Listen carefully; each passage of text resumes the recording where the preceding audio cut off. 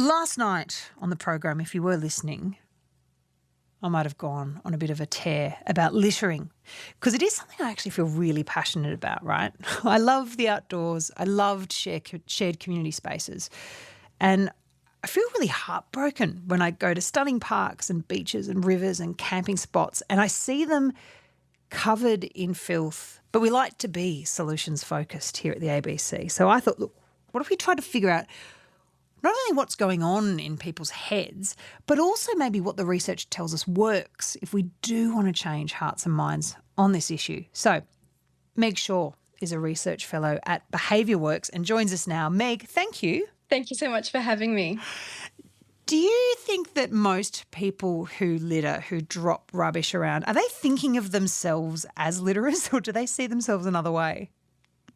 It's a really great question. And actually, I'm going to throw you a little bit of a curveball here. What we're finding is actually a lot of littering is accidental. So most people we're finding more and more aren't deliberately throwing rubbish on the floor. Instead, it tends to be things like more, I guess, carelessness. So like your litter is forgotten, you leave it there, it's blown away by the wind, or like maybe you drop it absent-mindedly. So we're actually finding that a lot more littering is happening because of that, rather than these like deliberate decisions to litter, which probably means that people don't think of themselves as litterers because they're not really aware of what they're actually doing.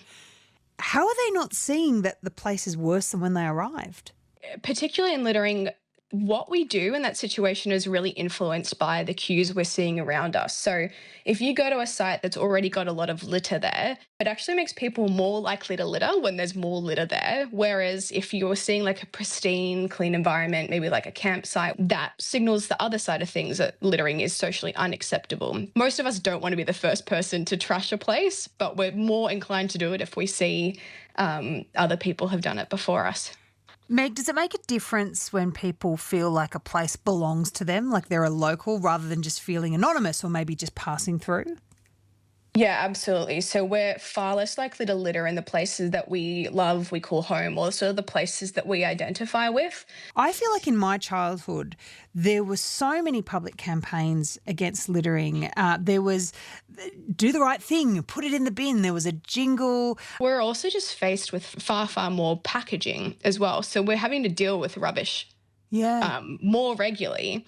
There's sort of this idea in behavioural science that if we have less bins, people are they're less likely to generate rubbish or bring rubbish with them. There was a study that was done in the US that basically found that if a bin was more than 6 metres away from somebody, their likelihood of littering went from 12% to 30%.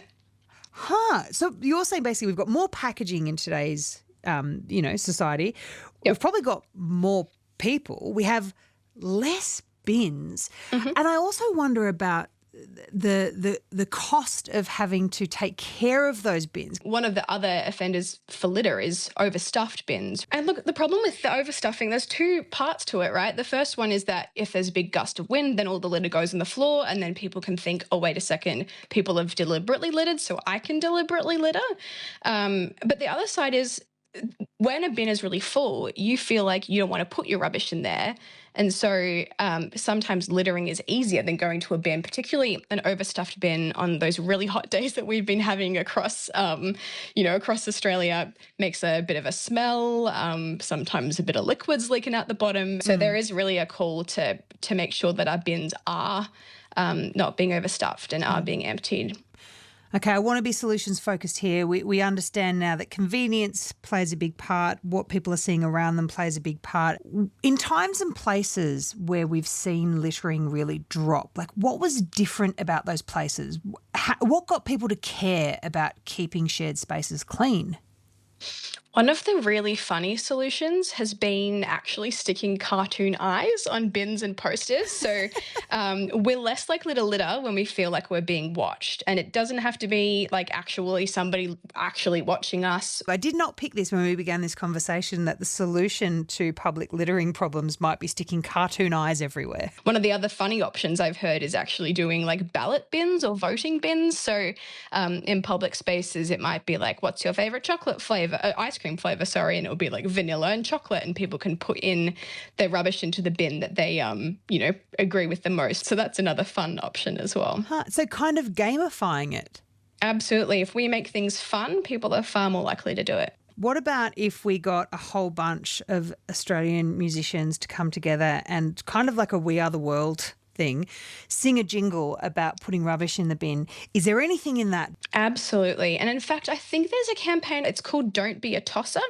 And it's actually a whole bunch of songs sung by sea creatures, cartoon sea creatures, about littering. So definitely that kind of thing would be a really good way to engage people with the problem. Oh. Look, it's been such a pleasure talking to you. Meg Shaw, who is a research fellow at BehaviourWorks, talking about littering. Thank you so much for your time. Thanks so much for having me.